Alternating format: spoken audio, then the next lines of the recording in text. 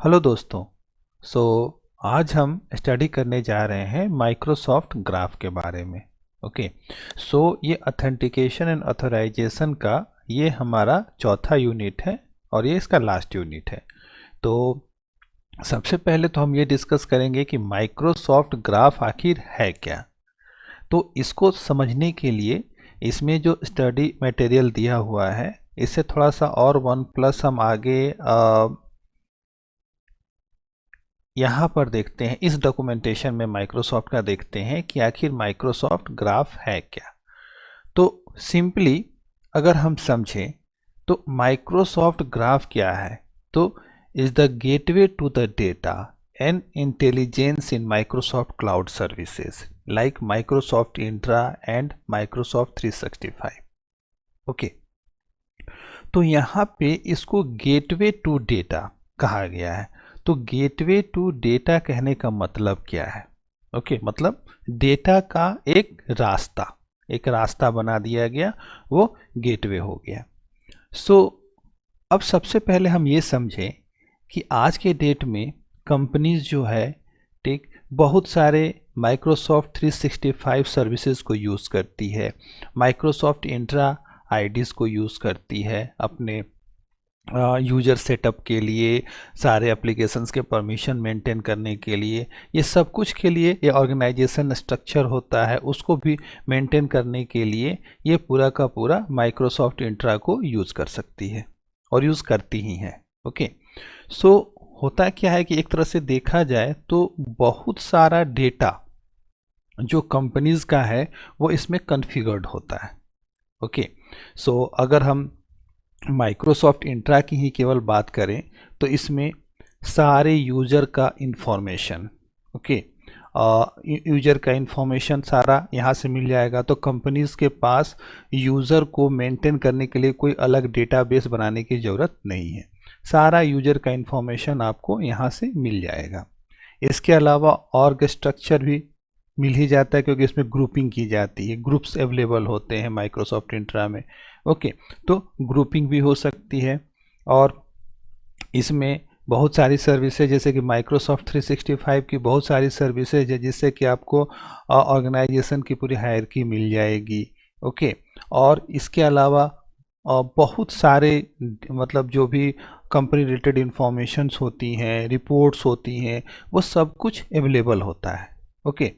सो अब क्या है कि माइक्रोसॉफ्ट ग्राफ एक्चुअल में ये आपको फ्लेक्सिबिलिटी प्रोवाइड करता है कि आप माइक्रोसॉफ्ट ग्राफ एपीआईज को यूज़ करके आप इन सभी इंफॉर्मेशंस को इजीली अपने एप्लीकेशन में यूज़ कर सकते हैं, इजीली आप इसको गैदर कर सकते हैं और वो भी एक सिक्योर्ड इन्वायरमेंट में। ओके। सो अब यहाँ देखिए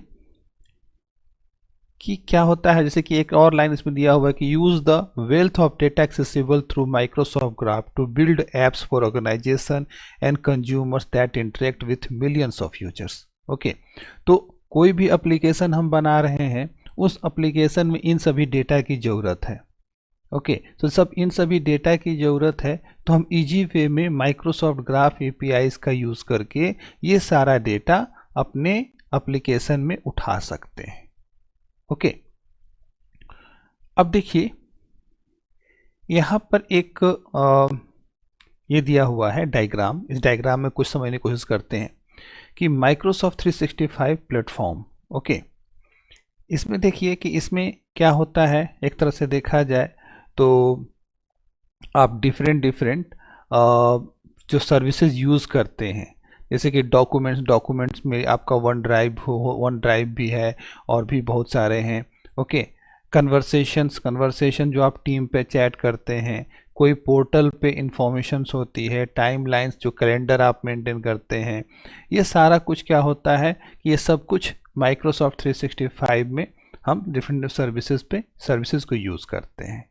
और जब हम इन माइक्रोसॉफ्ट 365 के सर्विसेज को यूज़ करना चाहते हैं तो हमारे पास डिफरेंट जो भी है, जैसे कि मान लिया जाए वेब ऐप है, वेब ऐप में यूज़ कर सकते हैं, ब्लॉब, डिवाइस, डेमन ऐप्स बनाते हैं, वर्कफ्लो ऑटोमेशन करते हैं। एनालिटिकल ऐप्स बनाते हैं, इन सभी में इन इंफॉर्मेशन को हम यूज़ करते हैं। ओके, और इसमें सबसे बड़ी बात जो ये कि माइक्रोसॉफ्ट ग्राफ जो है ये केवल जो माइक्रोसॉफ्ट 365 में जो सर्विसेज हैं उन्हीं में जो डेटा होता है उसी को नहीं, बल्कि ये विंडोज़ 10 में जो सर्विसेज हैं या इंटरप्राइज मोबिलिटी और सिक्योरिटी रिलेटेड भी जो सर्विसेज हैं उन सभी को भी एक्सेस करने की एपीआई जिसमें अवेलेबल होती हैं, जो कि हम एक्सटर्नली डेटा से गेट कर सकते हैं और इसको एज्योर एआई प्लेटफॉर्म पे डेटा कनेक्ट के थ्रू भेज सकते हैं और वहाँ पे उसको जो है हम वैरायटी ऑफ रिपोर्ट्स बना सकते हैं, एप्लीकेशन में डाल सकते हैं। तो इस तरह से ये हमारा माइक्रोसॉफ्ट ये ग्राफ जो है काम करेगा। अब देखिए इसके बाद थोड़ा सा आगे चलते हैं। Data and services powering the Microsoft 365 platform. Okay, so अब क्या है कि आपका जो ग्राफ एपीआई है, माइक्रोसॉफ्ट ग्राफ एपीआई जो है उसमें एक केवल बस सिंगल एंड पॉइंट होता है आपका graph.microsoft.com। ओके, और इसी में हम क्या करते हैं, और ये रेस्ट एपीआईज होता है और यही एपीआईज के साथ हम कुछ अदर इंफॉर्मेशंस इंक्लूड करके क्वेरी स्ट्रिंग में हम जो है डिफरेंट डेटा गेट कर सकते हैं। ठीक है, और वो कैसे हम गेट करेंगे ये जस्ट हम आगे चल के देखेंगे। बाकी इसमें जो माइक्रोसॉफ्ट ग्राफ कनेक्टर दिया हुआ है, तो ग्राफ कनेक्टर्स के लिए आप यहाँ पर देख सकते हैं इसके कितने सारे कनेक्टर्स हैं। ओके, आप सीधे यहाँ पे आइए और ये देखिए Microsoft graph connectors by Microsoft. Okay, अब यहाँ से देखिए पूरा लिखा, you can connect to the following data sources by using connector created by Microsoft. जो माइक्रोसॉफ्ट ने कनेक्टर बनाया है उससे आप इतने सारे सोर्सेज से डेटा आप गैदर कर सकते हैं। अब इसमें देखिए आपका एज्योर डेटा लैक से लेकर एज्योर डेवऑप्स से लेकर CSV file share, GitHub, Oracle, PostgreSQL, Salesforce, ServiceNow, SharePoint. Okay, और बाकी बहुत सारी चीज़ें हैं जिनसे कि हम डेटा आसानी से ले सकते हैं और कनेक्ट कर सकते हैं। ओके, तो ये कनेक्टर दिखाने का मेरा मकसद ये था कि बस कहाँ कहाँ पे कनेक्टिविटी कितनी इसकी फैली हुई है ये देखना। अब आगे चले फिर से हम देखें इसमें कि आखिर सबसे पहले, हाँ ये तो हमने पढ़ा, अब थोड़ा सा अच्छे से इसको डिफाइन करने की कोशिश करते हैं कि आखिर माइक्रोसॉफ्ट ग्राफ है क्या। ओके, तो आप देखिए यहाँ तो एक तरह से आप ये स्ट्रक्चर देखिए, इस स्ट्रक्चर में आप देख सकते हैं कंप्लीट ये माइक्रोसॉफ्ट ग्राफ लिखा हुआ है, लेकिन इसमें कितनी सारे चीज़ें लिखी हुई हैं। ओके, टास्क, जो टास्क शेड्यूलर होता है, टीम्स जो हम चैट के लिए टीम्स में चैट यूज़ करते हैं। ओके, इनसाइट्स होता है, तो जो टीम में चैट होता है वहाँ पे कोवर्कर्स, जो हमारे कोवर्कर से टीम की हायरार्की ये पूरी मिल जाती है। अब कौन से यूजर को किस तरह का डिवाइस एक्सेसिबल है। ओके, ये मतलब कि ऐसा तो, क्योंकि हम यहाँ पे कंडीशनल एक्सेस भी लगा सकते हैं, तो कौन सा यूजर कौन सा डिवाइस एक्सेस कर रहा है, कौन सा कंपेटिबल है। ठीक है, ये भी हम रेस्ट्रिक्शन देख सकते हैं। इसके अलावा कैलेंडर को मेंटेन करना, कैलेंडर में कौन सी इवेंट है, कब क्या है, इन सभी चीज़ों के इन्फॉर्मेशन हो गए।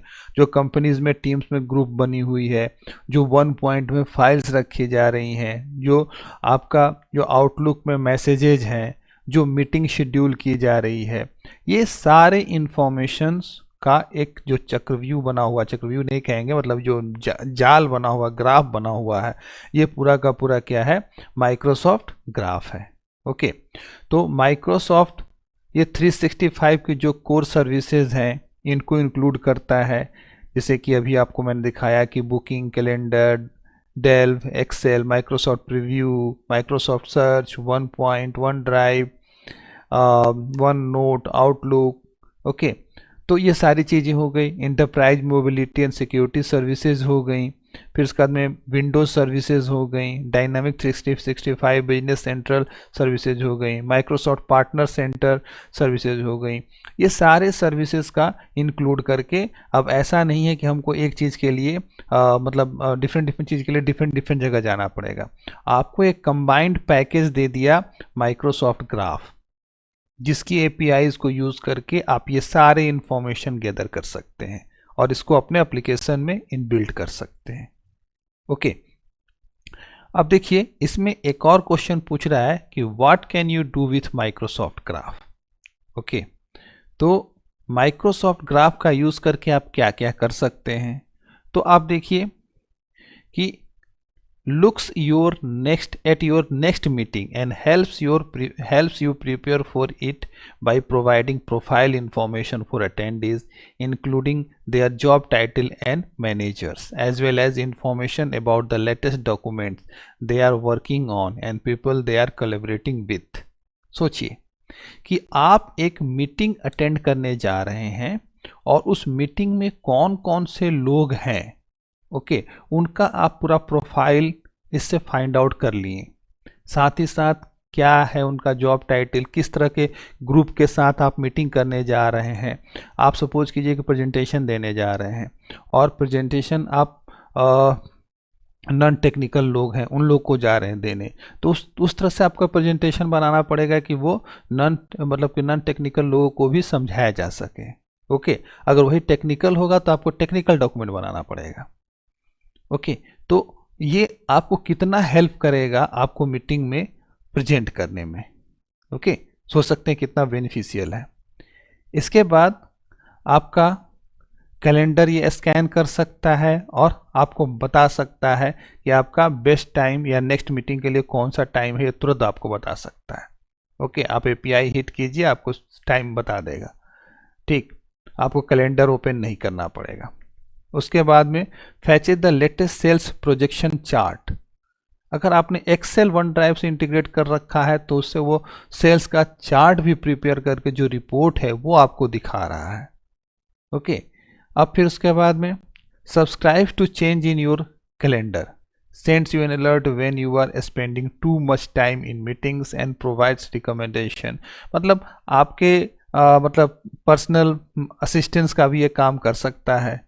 Okay, help you short out personal and work information और ऑन योर फोन, आपके फ़ोन पे भी हेल्प कर सकता है। Okay, analysing at scale Microsoft 365 data so that decision makers can unlock valuable insights into time allocation and collaboration patterns that improves business productivity.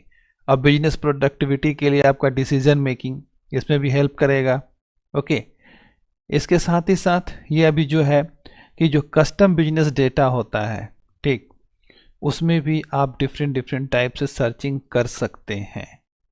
Okay, तो इस तरह से एक हम देखें कि ओवरऑल ये पैकेज बन गया आपका, जो कि आपका पर्सनल असिस्टेंट्स का काम करेगा माइक्रोसॉफ्ट ग्राफ। ओके, तो जैसे नहीं होता है कि कोई मीटिंग होती है तो हाँ इनके साथ मीटिंग है तो ये कौन है क्या है, इस पूरा डिटेल ये आपको प्रोवाइड कर रहा है। ओके, तो ये हमने देखा कि माइक्रोसॉफ्ट ग्राफ आखिर में है क्या। ओके, तो इस वीडियो के लिए इतना ही दोस्तों, मिलते हैं इसके नेक्स्ट पार्ट में। ओके, कुछ और टॉपिक्स के साथ, तब तक के लिए थैंक यू।